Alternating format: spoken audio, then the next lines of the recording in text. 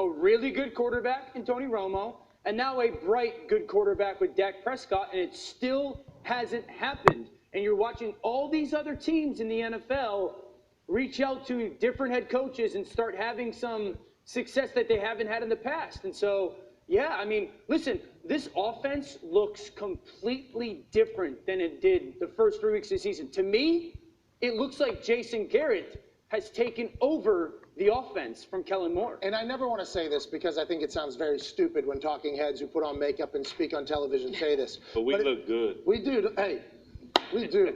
But the Jason Garrett seems to have lost the locker room. And I say that they just look like a team that's uninspired. They go into this game, it looked like they never really were going to have a chance. There's a time where Jason Garrett comes out on the field with both his hands out like this, and the entire offense look, here's the video. his job right by him. We don't give a damn about you, pal. It's been a decade of average. We can't do it. It just seems like there's something nasty brewing down there in the Cowboys. And behind the scenes, I don't know what it is with Jerry Jones and Jason Garrett and Kellen Moore now. Something has to get fixed because they're going to be forced down our throat on national television every single week. I would like them to be good. I'm just not sure Jason Garrett's the guy to get them. Can we say something in the interest of fairness?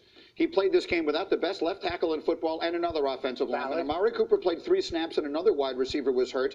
And I know no one wants to hear this, but the Jets are a much better team than they had shown the first, or at least the last 3 weeks of the season, because they didn't have a quarterback. They have a good defense. I'm not suggesting that this is a loss the Cowboys should be proud of, but I do not think the sky is falling as much as people are making of it based on the fact that they lost to an 0-4 team. That was not a normal 0-4 team yesterday. Well, I mean, those are valid points, Greeny. Why are you laughing at Sean that? Payton's been doing it without Drew Brees. I mean, come on. That's not your average run-of-the-mill Well, how many 0-4 teams lose their quarterback to Mono? Look, I called the game. I said the Jets were going to win this thing, but here's the deal, and you're right. Tyron Smith's not out there, and it's not falling. But it's the same old song and dance. I agree with the fact that, look, they're going to make the playoffs. They're going to get on a roll at the end, and guys like me are going to believe in them.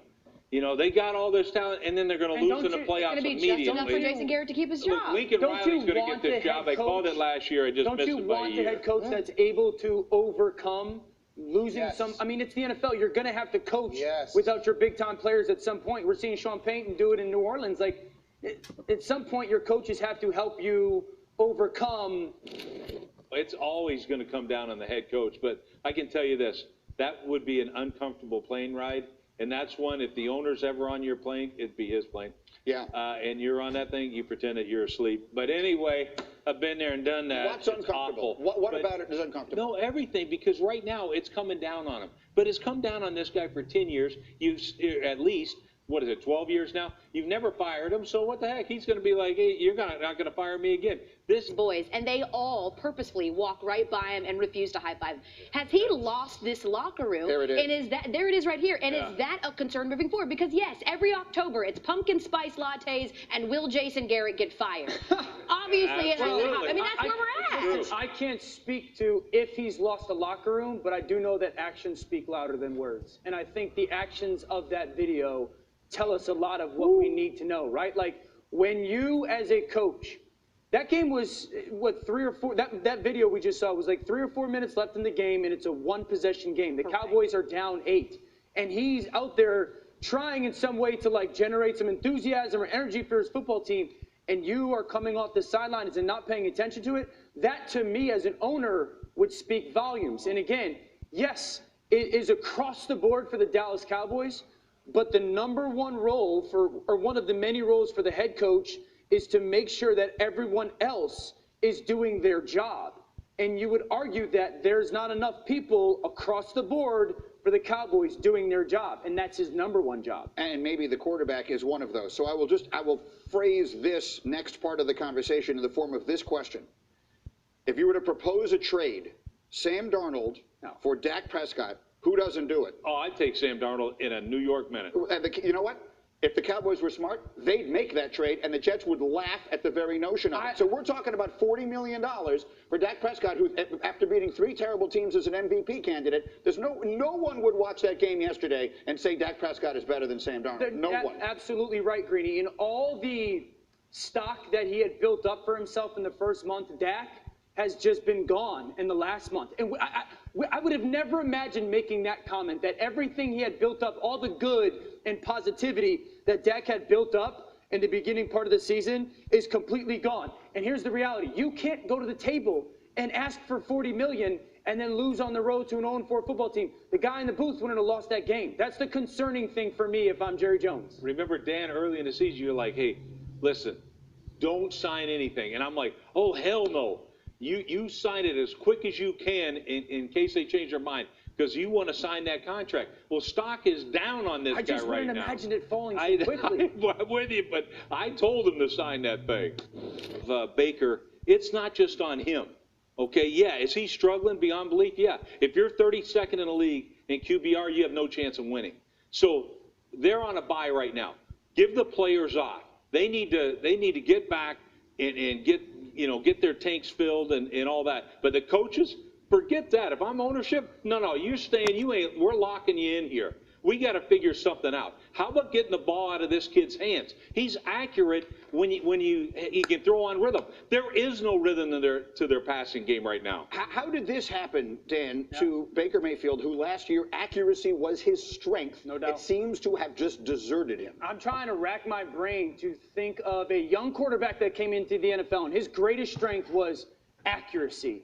And we've seen it fall off, and it's really dependent on his feet. Like, Baker used to have such a good foundation throwing the football. It was almost like watching a boxer throw punches. And now his feet are much more scattered, much more dependent.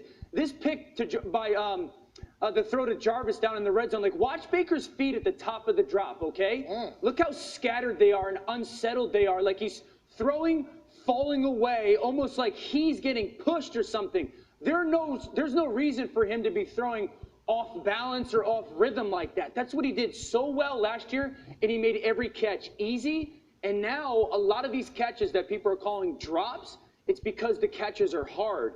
And it's just so odd to see out of Baker. Russell Wilson is having an MVP-like season yet again. And going into this game, everybody thought it was going to be the bounce-back game for the Cleveland Browns after getting slaughtered on Monday Night Football against the San Francisco 49ers. The Russell Wilson-led Seattle Seahawks are a team that is solid all three phases of the game, even though they had a shank there. The Cleveland Browns seem to be just a complete mess, and I think it all revolves around the trading of Zeitler, the offensive guard. Yeah. In the Odell Beckham Jr. trade, they get him out of town, send him to New York.